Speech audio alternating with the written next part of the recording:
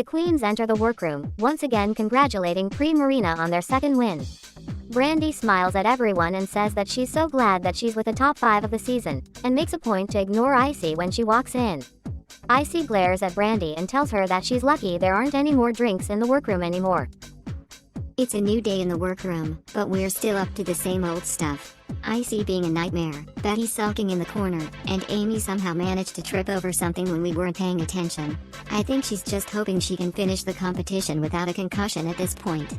As tensions begin to build again early on in the day, Marina tells them all that they need to focus on the competition instead of their own personal vendettas, and that there's no reason to be messing with anyone in order to get ahead.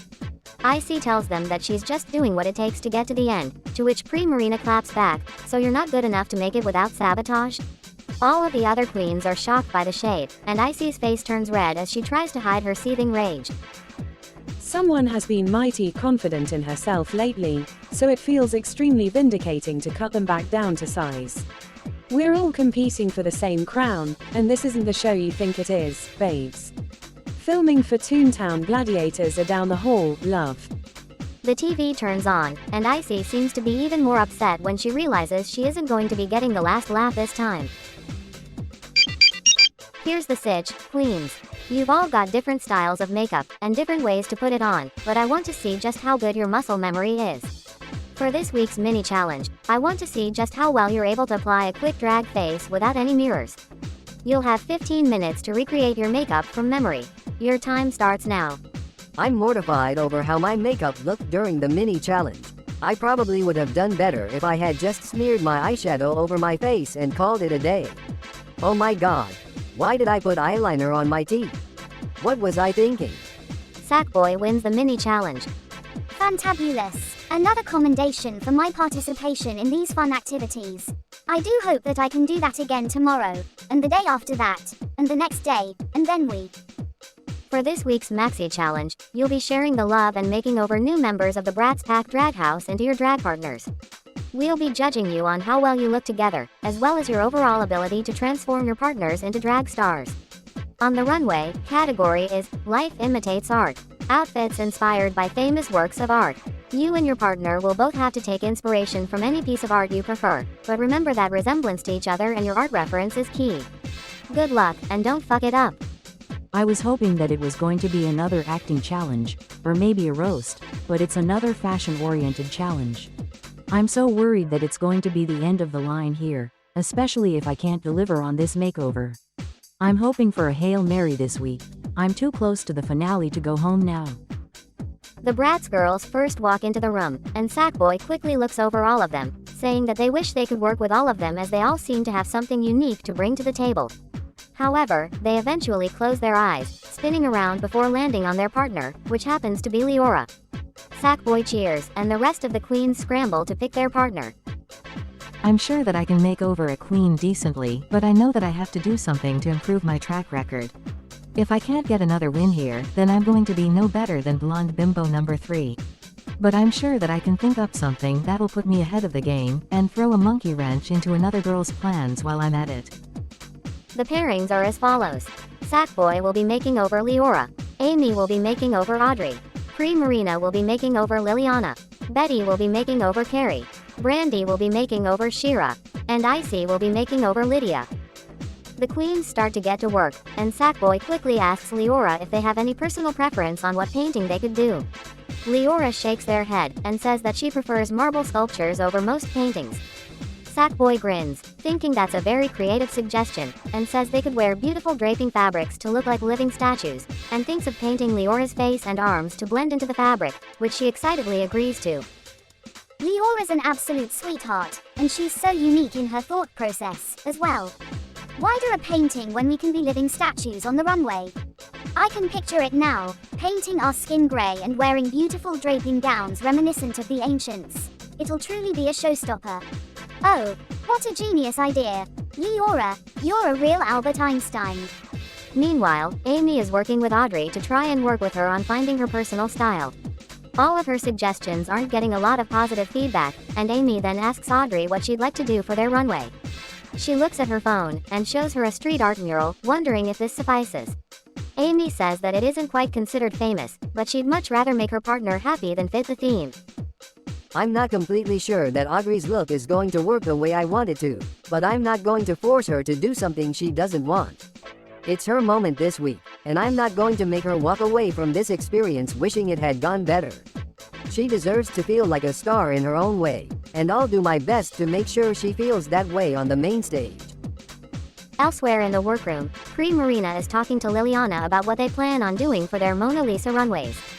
Marina quickly starts to give tips about presenting herself on the runway, educating her on how to walk, turn, and pivot, as well as getting to work on the bottom of her skirt, which will include a makeshift painting frame for the hemline.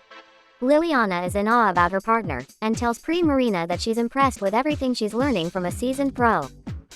I personally think that the most important part of any makeover is to make sure that your partner can go on and do what you're teaching him at home. Liliana's a very passionate young lady, and I want nothing more than to see her thrive with the lessons I've taught her when she goes back to Stylesville. I'll be front row at your first show, babes. Elsewhere in the workroom, Betty is trying to put on a smile while working with Carrie, but notices that she doesn't seem to be very enthusiastic while they get to work on making their Starry Night-inspired runways. When Carrie asks Betty what's wrong, Betty starts to cry, and tells her that she's not confident in her ability to make the best garments after struggling throughout the season to impress with her runways. Carrie gives her a hug and reassures her that they need to do the best they can this week, and that's all that matters. Betty does her best to try and finish up and polish their runways for the main stage. It's been really hard to try and stay motivated when the writing's on the wall, but I'm not going to screw Carrie over and completely give up. She doesn't deserve to go out there looking more busted than I do, so I'm going to put all of my effort into giving her the best outfit she can have, even if it's looking bleak. Brandy and Shira are both working together to make their runways, inspired by Girl with a Pearl Earring, the best they can be, with Brandy starting to stone head wraps to put the look over the top. Shira tells her that this outfit looks really good, and that she hasn't had an opportunity to shine very much in the shows the Bratz Pack puts on back home.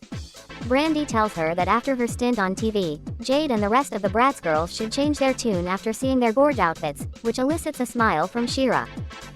It's been really hard to try and stay motivated when the writing's on the wall, but I'm not going to screw Carrie over and completely give up. She doesn't deserve to go out there looking more busted than I do, so I'm going to put all of my effort into giving her the best outfit she can have, even if it's looking bleak. Icy is still seething as she works with Lydia, going ahead to try and look at the other girls' designs, before she smirks, quickly trying to scrounge up a Mona Lisa runway. When Lydia tells her that someone else seems to be doing that already, and that she wants to do something inspired by Salvador Dali, thinking a surreal runway would give them a unique edge over the other queens. Icy ignores her, asking her to her face, "Do you want to win, or do you want to be happy?" Lydia is taken aback, and begrudgingly starts to work with Icy on their Mona Lisa outfits. Marina's the biggest threat when it comes to this type of challenge, so I'm going to make sure that the attention is taken off of her with a similar runway. I can still hear Lydia complaining from down the hall, but I don't care, I'm the one competing for a crown, she's just here for a meet and greet and her 15 seconds of fame. This is my moment, and I won't let anyone else get in my way.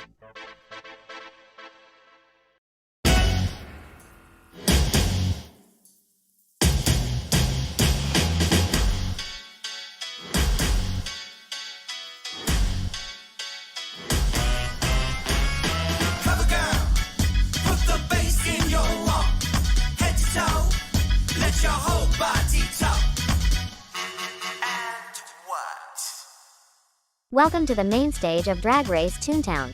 Let's meet our judges. First, our resident panelists, my best friends, they're Monique and Ronstoppable. And our guest judge, one of the founding members of the Bratz Pack, and our Season 1 runner-up, it's Jade. Thanks for coming out to support your sisters. This week, we asked our queens to make over up-and-coming Bratz Pack members into their drag proteges, and work it out on the runway in their best art-inspired looks. It's time to see whose makeover is truly a masterpiece. Racers, start your engines, and may the best cartoon win. Category is Sackboy had a great performance.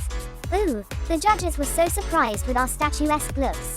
I really do think that Leora has a mind for performance. She was moving so gracefully down the runway. I do think that this will be the memory of a lifetime for her. Marina, Icy, Betty, and Brandy had a good performance. Amy had a bad performance. All of our looks were so stunning, it's going to be really hard to pick a winner out of all of us. I still think that my runway was the best, though, so the other girls shouldn't get their hopes up with the judges tonight, just saying.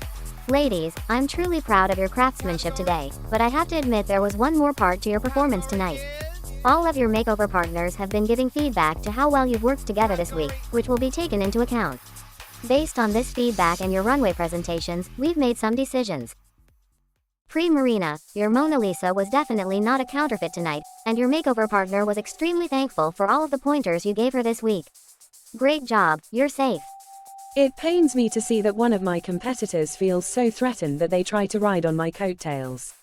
But she'll never rise up to the occasion if she continues down this path, and I bet that it'll eat at her if she makes it to the finale like this. I think I might have an idea on how to take care of her for good. Sackboy, your marble sculpture runways were something we weren't expecting, and combined with your raving feedback, I think that your performance this week was a one-of-a-kind exhibition. Congratulations, you are the winner of this week's challenge. Ooh, the judges were so surprised with our statuesque looks. I really do think that Leora has a mind for performance. She was moving so gracefully down the runway.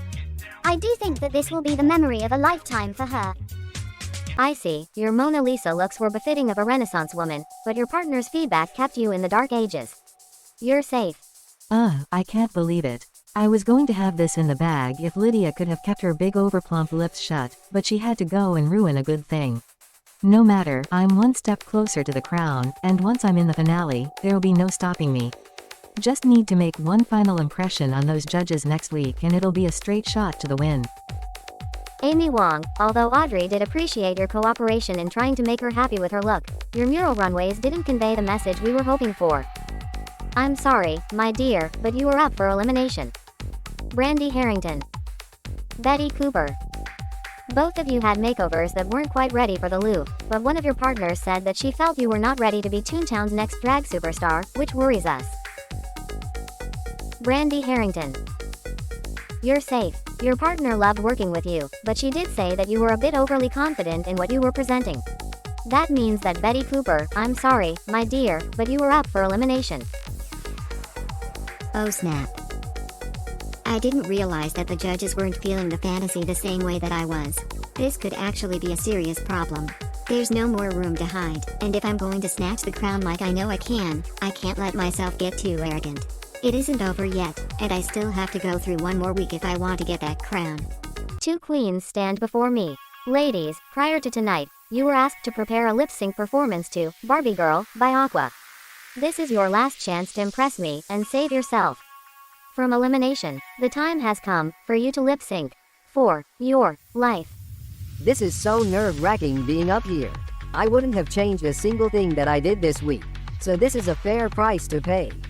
I just hope that I can give it my all to stay in the competition. I can't give up when I'm so close to the finish line. This is going to be my moment on this stage. It's my third time in the bottom, and I was really hoping I could have been given another chance this week. I'm not going down without a fight, though. I have more dignity than that to just give up like Naz did. Amy better not phone in her performance, or else these queens might have to deal with me for one final week.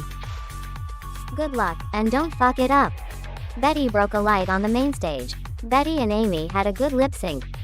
Ladies, I've made my decision. Amy Wong, Shantae, you stay. Betty Cooper, we are so grateful to see your sense of humor and your wit throughout this season, and it breaks my heart to see that you lost hope near the end. We will always be a fan of Riverdale's original Girl Next Door, and I'm positive you'll be a force to be reckoned with. Now, sashay away. I'm sorry I let you down, Kim. Archie, get ready, I'm coming home.